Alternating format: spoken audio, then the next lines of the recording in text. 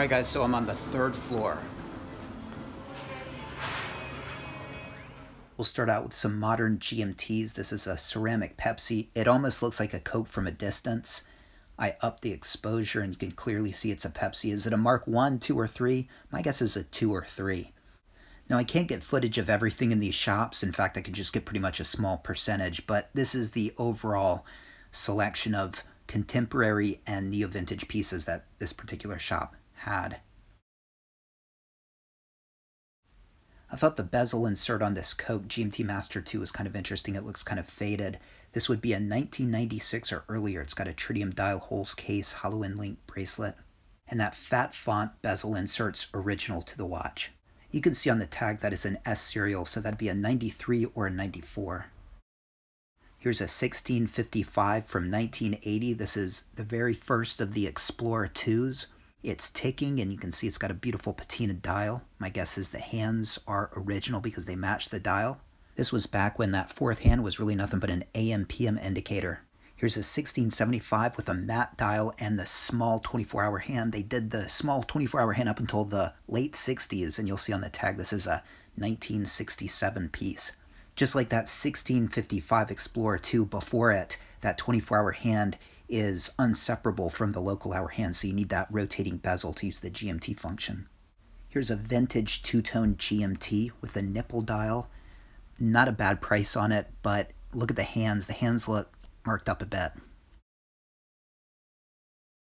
The next 2 watches are 16750s. They made these from 81 till 88. They differ from the 1675 in that it has the quick set date. Related to that, the stacking order of the hands changed. Closest to the dial is the local hour hand, and then the second one up is the 24-hour hand. And that's different from the 1675, which you're looking at right there. The closest one to the dial is the 24-hour hand, and then the second one up is the local hour hand.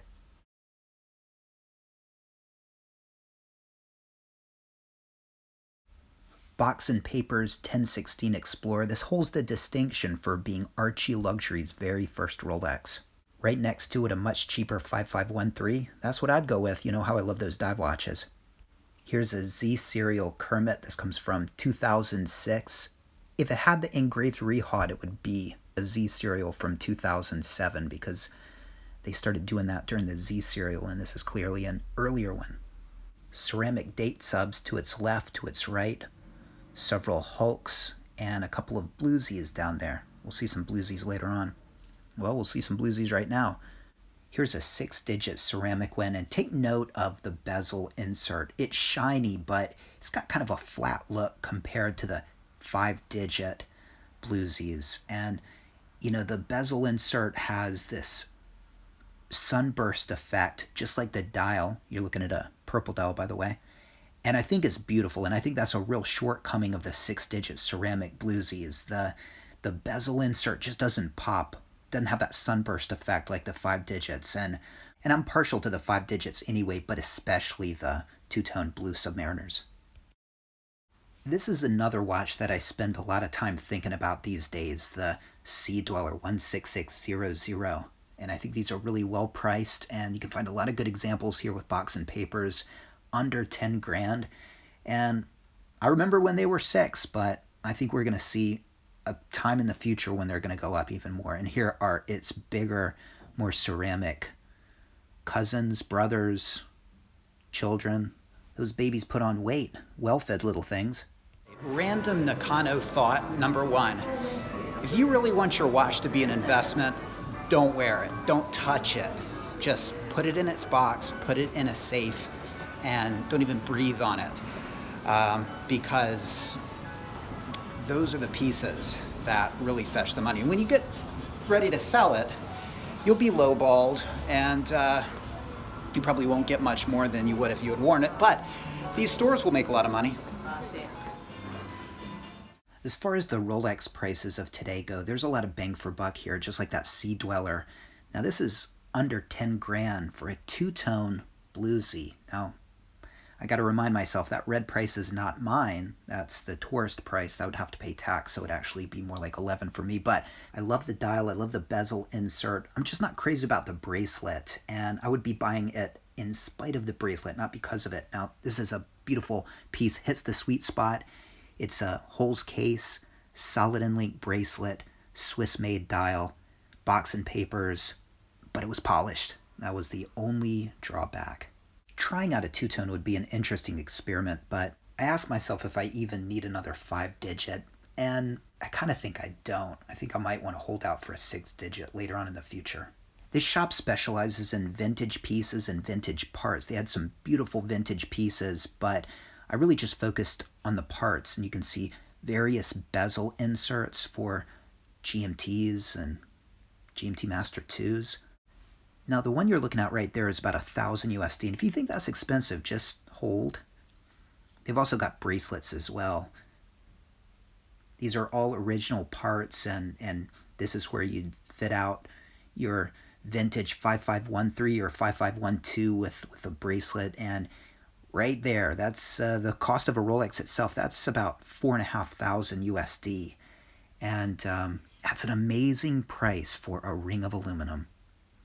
And here are some sub-bezel inserts. I asked about a tritium 14060 tritium bezel insert, but he actually said that the 5513s are easier to get. I don't know why that is, so no luck with that, but I'll keep trying. And here are some dials as well.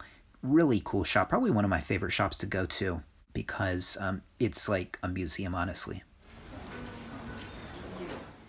And you're looking at a flat 4 Kermit. Look on the bezel insert at the 40, fat 4, flat 4, whatever it is, it really increases the price of your Kermit.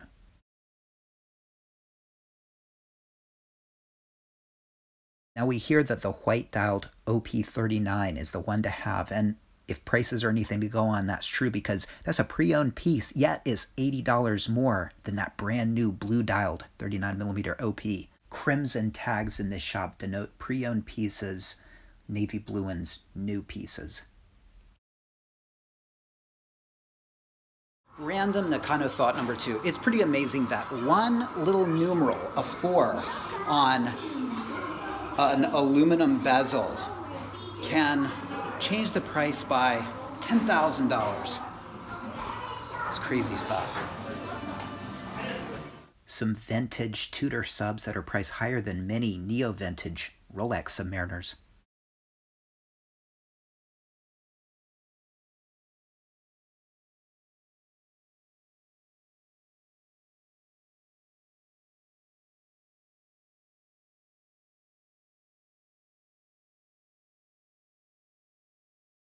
Now they're kind of cool, but don't ever say Rolex hasn't made a lemon or two.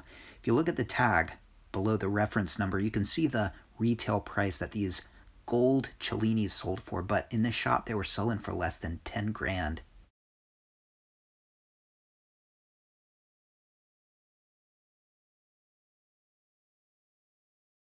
Now this is an impressive amount of Rolexes for any shop to have, but most of these watches are 4-digit models. This is the vintage section. You've got a 1655 there. Just looking at some random examples, a Submariner no date 5513. They've got some 5 digits mixed in, but most of these are 4-digit models.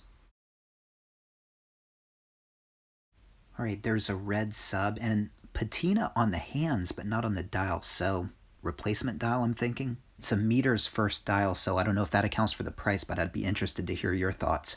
Random Nakano thought number 3. When you come here with a tourist, because if you live here, you got to pay 10% sales tax. And on these expensive pieces, that is thousands of dollars. A couple more 1655s. They're everywhere. This is an Albino 1655, whereas this has the standard colored 24-hour hand.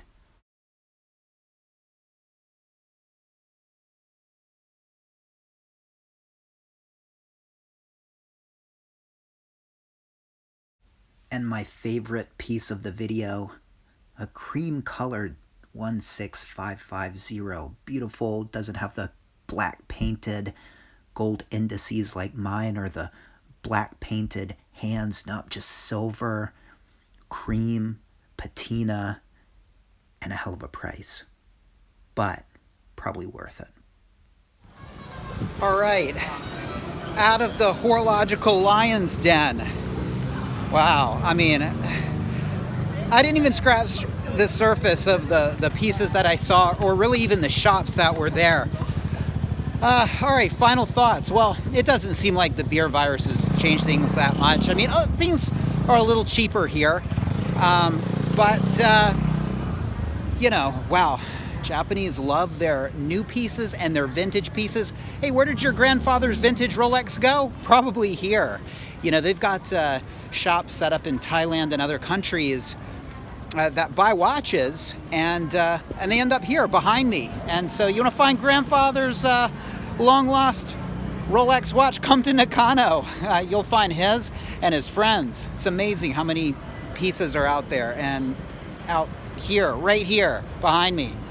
Pretty crazy stuff. Anyway, I'm watched out, man. I don't even want to see a watch now. That said, I'm going to go home and put on a Rolex. Thanks for watching. Take care. Let me know what you think. See you next time.